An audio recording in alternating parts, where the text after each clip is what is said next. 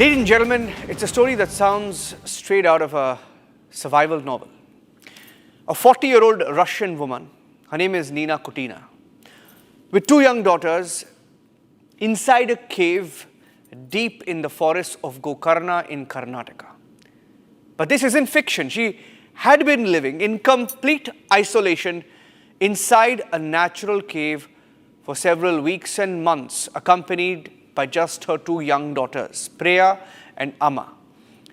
The family had set up a modest space within a cave surrounded by dense forests, steep slopes. The unusual discovery made during a routine patrol by a policeman in Karnataka who were monitoring the area for any possible landslides. That's when they stumbled upon the cave family. Here's their story.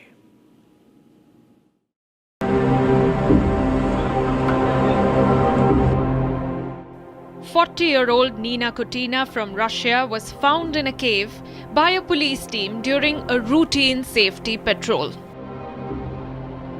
Kutina and her daughters, aged 4 and 6 years, were found on the 11th of July, living in a secluded cave nestled among the dense forests and rugged terrain for 2 weeks. When found, she said that she overstayed her business visa in India because of several complicated reasons. We have big experience to stay in natural, in jungle, and we was not dying, and I was not bring my my daughters to dying in jungle. They was not feel bad. They was very happy. They was swim in waterfall. They was have very good place for sleeping. A lot of lessons with art making. We make from clay. We painting. Haunted by personal losses, she turned inward. She says she delivered all her children without doctors, relying on knowledge, instinct, and solitude. Today, the family is in government care. But Kutina says the conditions are starkly different.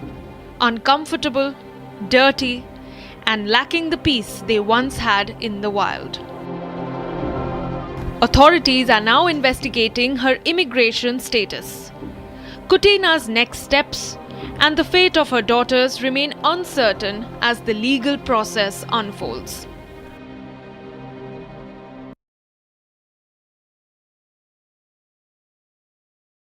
Beena, from the Indian legal perspective, I've been reading that she will have to find her way back, right?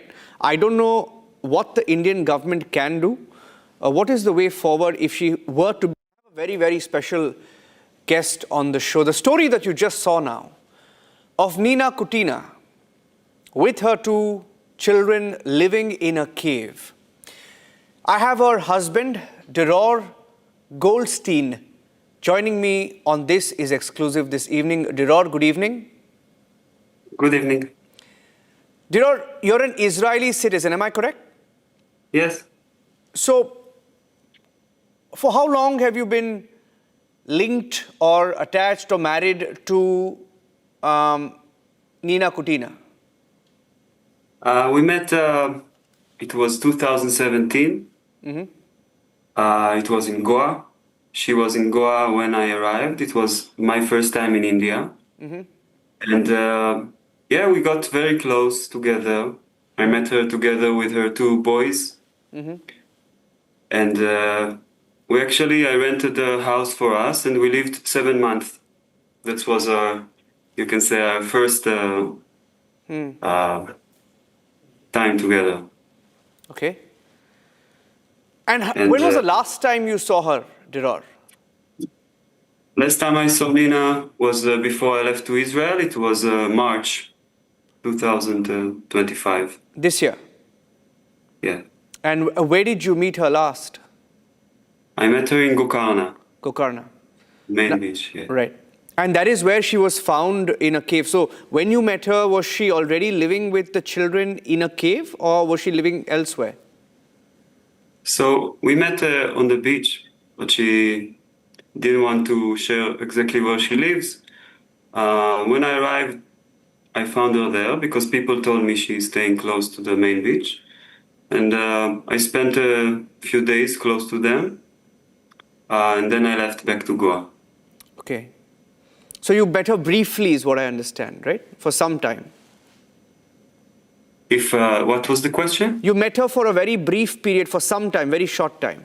Yes, yes. Like nowadays, our connection is not that good, and it's hard for me to come, and it's not very easy to be together with my daughters. The last year. Yeah. And so you went back to Israel and you heard about the story and you rushed back. Actually, I came back before the story began. Right. I had the flight because I want to be here. I want to be also close to Nina's son, who was staying with me. So I actually had the flight ticket for last month, and then the war started in Israel, and my flight got cancelled. And the moment I could book a new flight, I booked it, and it was last week. So I arrived on the 7th of July. And 2-3 days after, I saw this report. And I immediately booked a flight to Bangalore to try and, first of all, meet them and then try my best to take care of the situation. So from what I understand, her son lives with you and... So, yeah, like he was living with me for a few months. Okay. Last season, Okay. I could say. And the two daughters are now with her. Yes. Okay. Now, what do you know about the circumstances why she began living in a cave? Is that because her visa expired? Is that what you understand?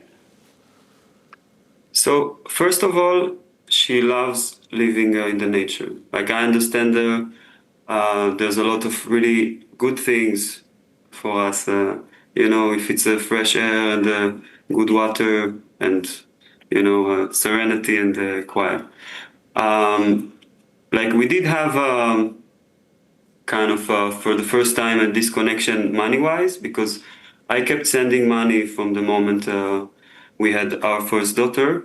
Before that, we also lived together, so I took care of everyone. But since more than 6 years, I've been sending money and took care of Nina and all her kids.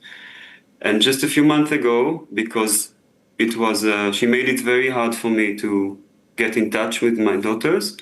I told her I will stop sending the money unless I can be close to my daughters.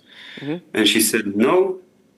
Then I stopped sending the money, and maybe this is also the reason why she started living outside. But I don't think it's the main reason. Okay.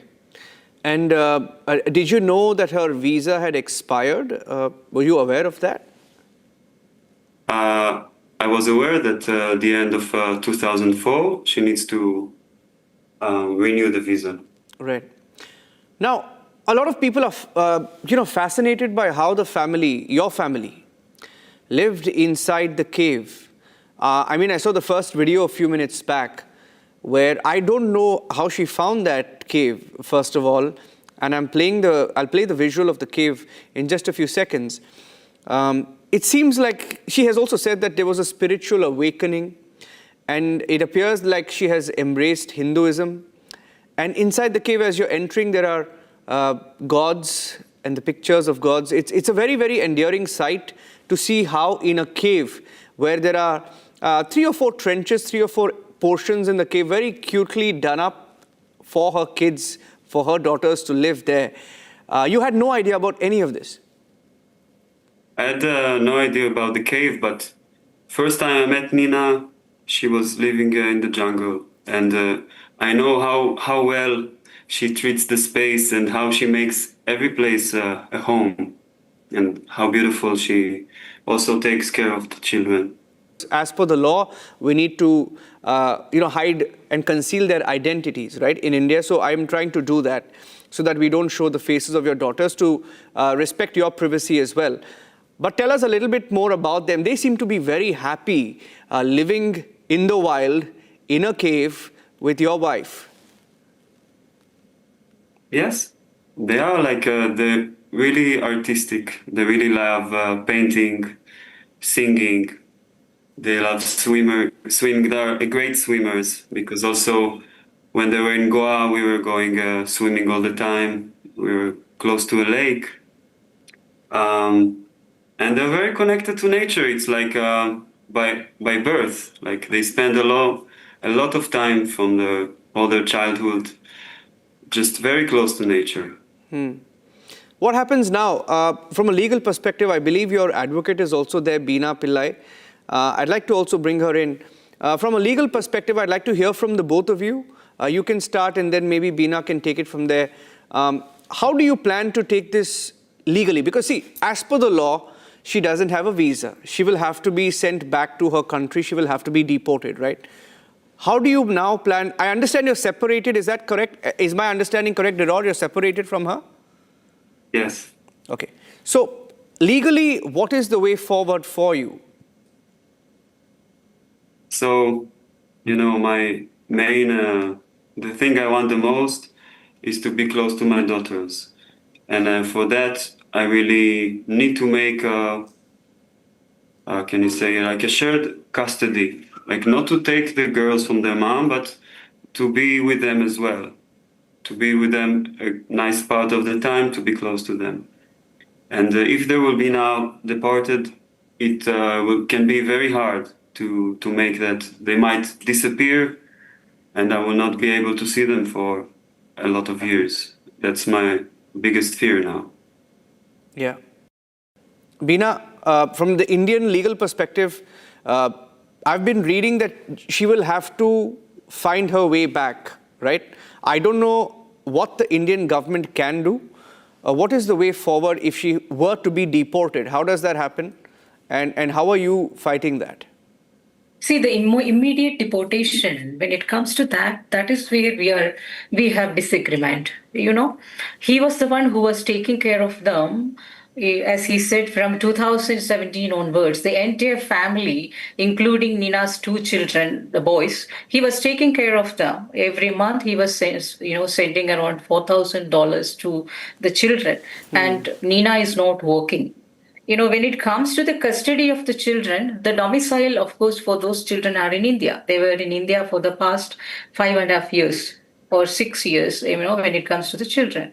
So the jurisdiction, even if we consider the international law, when it comes to custody, the place of residence is the jurisdiction. Yeah. So in that perspective, of course, Indian courts have the proper jurisdiction to consider the custody of the children. What I understood from Dror is that he wanted to ensure the safety of the children. He wanted to, ensure that the children are interacted with the public and they should get the proper education. That is the three things he has informed me. I'm also working, towards that. So he wants... Dror wants the children to remain in India. Is that correct? I want the children to stay close where I am. Okay. I can go also to other countries, but I want to make sure that I know where they are and I can always get close to them. Got it. And take care of them.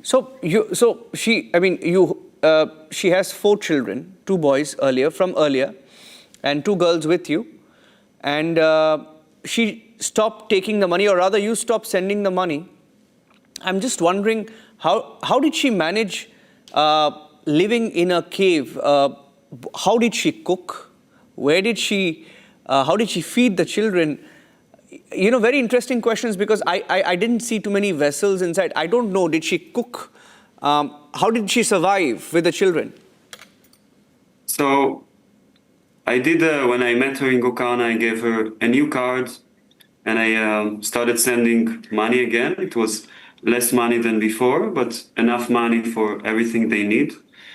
And how I know Nina, she can settle for a lot less. She can cook from the fire. She has a lot of, practice in that, in living outdoors. Sorry to interrupt. In Please. fact, she has his card. And he stopped it for 2-3 months, right? Yeah. Not for more than that. From 2017 to 2024, he was paying money, as well as he was filling the card. That is what he said. Okay. And for 2-3 months, he might have stopped it. After that, he has given the, filled the card again. Yeah. So that way, I don't think that there was any problem. And the money which he was giving to her, I think $4,000 per month is a big amount. Even they have taken a house in Goa where he was paying around 90,000 or 85,000 or something Yeah. towards the rent. Okay.